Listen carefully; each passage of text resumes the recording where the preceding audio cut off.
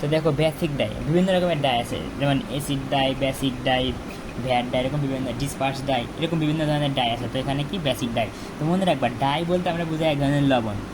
Die মানে এক ধরনের লবণ। এই দেখো ক্লোরাইড দ্বারা বুঝতেছো কি একটা লবণ না, তার মানে এটা আমার একটা ডাই, এটা আমার একটা ডাই। হ্যাঁ, তো ডাই এক ধরনের লবণ। তো আমরা বেসিক ডাই নিয়ে পড়তেছি। বেসিক ডাই মনে করবে অ্যামাইনো গ্রুপ থাকবে, কী থাকবে, অ্যামাইনো গ্রুপ থাকে NH2। আর বেসিক ডাইকে যদি আমরা ধ্রুব মানে আয়নিত করি, আয়নিত করা মানে কি ভেঙে যাওয়া। তো আয়নিত হয়ে কী হবে, ক্যাটায়ন তৈরি করবে, কি ক্যাটায়ন মানে পজিটিভ চার্জ তৈরি করবে। এখন মনে রাখবা বেসিক ডাই যে আছে, এই বেসিক ডাই কি কটন, এই বেসিক ডাইয়ের কোনো আকর্ষণ থাকে না কটন ফ্যাব্রিকের প্রতি, কটন ফাইবারের প্রতি।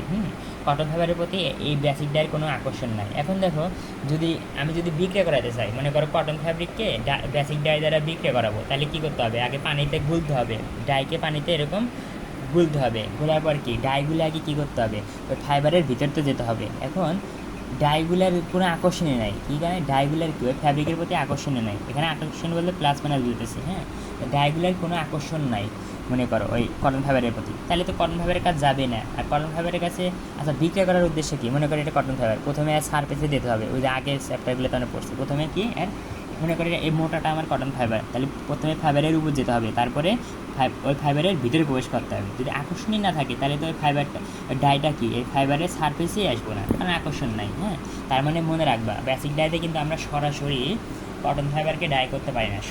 একটা কথা ইম্পর্টেন্ট, সরাসরি বেসিক ডাইতে সরাসরি কটন ফাইবারকে ডাই করতে পারি না, কিন্তু বিভিন্ন কাহিনী করে ডাই করা যায়, কিন্তু সরাসরি তুমি স্বাভাবিকভাবে ডাই করতে পারবে না। আচ্ছা, তার মানে আমাকে জোর করে করাতে হবে। কিন্তু জুটের প্রতি কি বেসিক ডাইয়ের খুবই একটা ভালো আকর্ষণ আছে, এই জন্য বেসিক ডাইকে মূলত জুটের ডাইটাই বলে। মানে জুটের সাথে ডাই করলে অটোমেটিক্যালি ডাই হয়ে যায়, কিন্তু যেহেতু বেসিক ডাইয়ের আকর্ষণ থাকে না কটন ফাইবারের প্রতি, এই জন্য কিন্তু কটন ফাইবারের সাথে বেসিক ডাই সরাসরি বিক্রিয়া করে না। আমরা চাচ্ছি কি কটন ফাইবারকে বেসিক ডাই দিয়ে কী করবো, কটন ফাইবারের সাথে বিক্রিয়া করবো, মানে আমরা জোর করে যাচ্ছি। তো আমরা যদি জোর করে এরকম চাই, তখন আমাদের কী করতে হবে, এক্সট্রা একটা কেমিক্যাল মানে রাসায়নিক পদার্থ ব্যবহার করতে হবে। ওই রাসায়নিক পদার্থটাকে আমরা বলতেছি মর্ড্যান্ট। হ্যাঁ, মর্ড্যান্ট। তার মানে মর্ড্যান্ট সাহায্যে আমরা কী করতে পারি, জোর করে বেসিক ডাই দিয়ে কটন ফাইবারের সাথে বিক্রিয়া ঘটাতে পারি। আচ্ছা, মর্ড্যান্ট কি একটা রাসায়নিক পদার্থ, তাহলে মর্ড্যান্ট কি, মর্ড্যান্ট হলো রাসায়নিক পদার্থ যেটা কী করে কটন ফাইবারের প্রতি বেসিক ডাইয়ের একটা আকর্ষণ সৃষ্টি করে। এই আকর্ষণের ফলে কী হবে বলো তো, বেসিক ডাইয়ের ডাইস মলিকুলগুলো কি ফ্যাব্রিকের সারফেসে যাবে, তারপরে ফ্যাব্রিকের ভিতরে যায় একদম বিক্রিয়া করবে। তার মানে এমনি কিন্তু হচ্ছে না, আমার বাড়তি হিসেবে কি মডার্ন ইউজ করতে হচ্ছে। এই কটন মডার্ন থেকে মডার্নটিং, হ্যাঁ লাস্টে আইনজি থাকা মানে তো বিক্রিয়া, তাই না। তো এই কটন ফাইবারের সাথে মডার্নের বিক্রিয়া করাকে আমরা বলতেছি মডার্নটিং। হ্যাঁ, আচ্ছা, তো মডার্ন হিসেবে বিভিন্ন কিছু ইউজ করা যায়। তো আমরা এখানে মডার্ন হিসাবে কী ইউজ করবো, ট্যানিক অ্যাসিড, এটার নাম তোমরা শুনছি, তাহলে এখানে মডার্ন হিসেবে আমরা ইউজ করবো ট্যানিক অ্যাসিড। তো আচ্ছা, তো মনে রাখবা কটন ফাইবার কি অনেকগুলো সেলুলোজের সমন্বয়ে গঠিত হয়। আর সেলুলোজ আবার কি অসংখ্য গ্লুকোজ দ্বারা গঠিত হয় না, আর C6H12O6, তাই না। তো দেখো তার মানে কি কটন ফাইবারের ভিতরে অসংখ্য C6H12O6 গ্লুকোজ আছে। আচ্ছা, আমরা তো স্ট্রাকচার দেখছি, গ্লুকোজের ভিতরে কী থাকে বলো তো, অসংখ্য OH থাকে না, কী থাকে, অসংখ্য OH থাকে। তো এই যে কটনের সংকেত, তো আর এত বড় সংকেত আঁকানোর টাইম নাই, তো আমরা কী করবো একদম সংক্ষেপে কটন ফাইবার বলো বা কটন ফ্যাব্রিক বলো, ওইটাকে আমরা এরকম প্রকাশ করবো, মানে কটন দিয়ে একটা বন্ড চিহ্ন দিয়ে OH, মানে এই OHটাই মেইন, কটনের OHটাই মেইন। হ্যাঁ, তারপরে আমরা কটন ফাইবার বলো বা কটন ফ্যাব্রিক বলো, কটন ফ্যাব্রিককে কী করবো এরকম এটা দ্বারা প্রকাশ করবো, কটন একটা বন্ড তারপরে OH, এর মধ্যে আমার কটন ফ্যাব্রিক। এবং ট্যানিক অ্যাসিডের ভিতরে মনে থাকবে OH, তো মনে রাখবা ট্যানিক অ্যাসিডের ভিতরে কী থাকে, OH থাকে, আর এরকম অ্যাসিডিক গ্রুপ থাকে, মানে COOH থাকে। তো এত বড় ট্যানিক অ্যাসিডের সঙ্গে আঁকানোর কোনো টাইম নাই। হ্যাঁ, কী করবো, জাস্ট এরকম আঁকাবো, ট্যানিক অ্যাসিড দুই সাইডে দুটো বন্ড দিব, দিয়ে মেইন জিনিসগুলো দেখাবো, জাস্ট এটা হলো আমার ট্যানিক অ্যাসিড।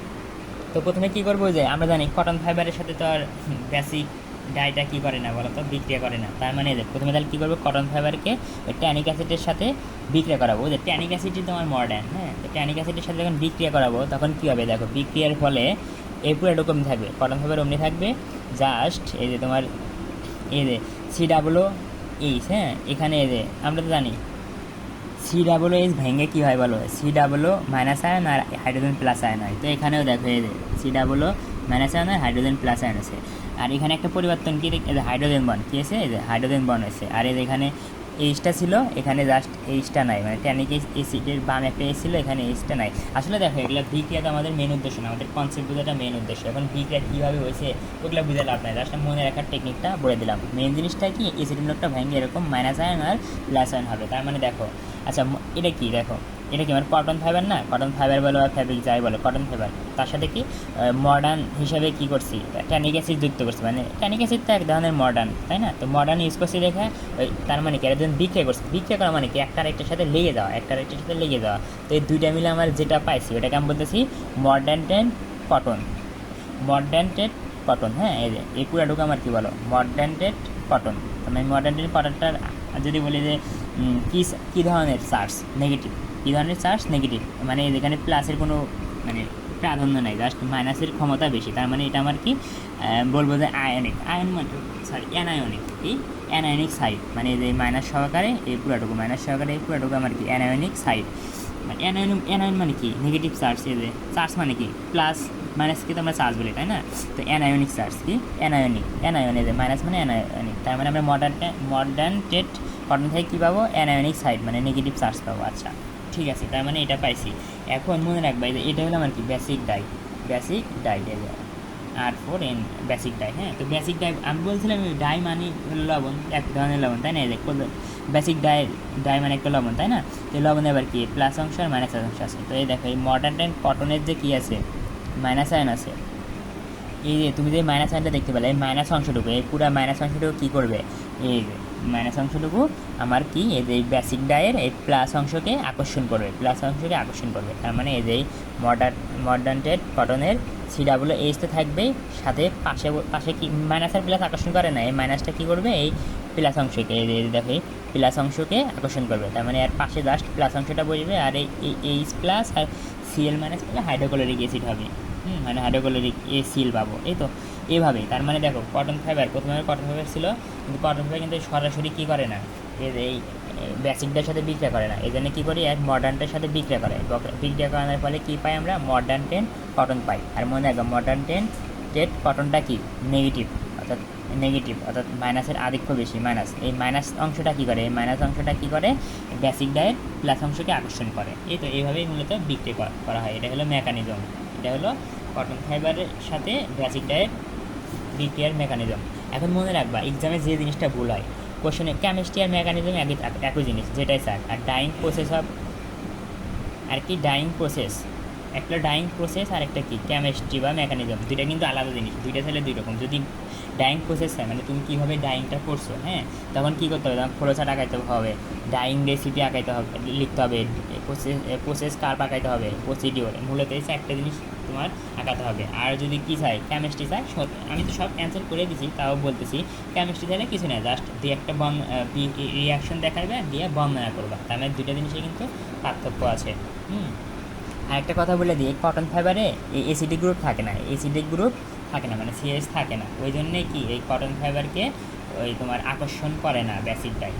যদি কটন ফাইবারে যদি COOH থাকতো তাহলে কিন্তু বেসিক ডাই কী করতো, এই তোমার এই কটন ফাইবারকে আকর্ষণ করতো, তখন কিন্তু আর আমার মডার্ন ইউজ করা লাগতো না। যাই হোক এই COOH থাকে না কটন ফাইবারে, কটন মানে কি একটা সেলুলোজিক ফাইবার, তাই না? তো কটন ফাইবারে এই COOH থাকে না বিধায় আমার কষ্ট করে মডার্ন ইউজ করতে হয়। এই তো দেখো ওখানে দেখাচ্ছি, এখন আমি দেখাচ্ছি যে মাইনাস আয়ন প্লাস হচ্ছে, তার মানে এখন এই পুরাটুকুকে, এখন এই যে পুরা জিনিসটা মানে মডার্ন কটন। হ্যাঁ, মডার্ন কটনকে এখানে লেখো, আর এখানে বেসিক ডাইটা লেখো, লিখলে কী হবে, যে এই বেসিক এই প্লাস অংশ আর কি এই কটন ডাইয়ের এই মাইনাস অংশ, এই পুরাটুকু বিক্রিয়া করবে। বিক্রিয়া বলতে জাস্ট এই দেখো এই যে COO যা আছে তাই, আর তোমার এই প্লাস, হ্যাঁ, হয়ে গেল, আর এই Cl হয়ে গেলো, এই যে এই Cl আর H মিলে কী হয়ে গেলো, HCl। এই তো তার মানে দেখো এই যে তোমার এটা মানে কি, এটা কি বেসিক ডাই থেকে পাচ্ছি না, তার মানে বেসিক ডাইয়ের এই জিনিসটা কী করছে, এই কটনের সাথে বিক্রিয়া করছে। আর বিক্রিয়া করা মানে কি, আমার কটন পেপারটা রঙিন হবে আর কি। তার মানে এটা আমার ডায়েট কটন, ডাই মানে রং করা, তাই না? ডাইং মানে রং করা। তো ডায়েট কটন মানে ডায়েট মানে কি, যে জিনিসটাকে রং করা হয়েছে, ডায়েট কটন মানে কটন ফ্যাব্রিকটাকে রং করা হয়েছে। এই তো এটা গেলো মেকানিজম।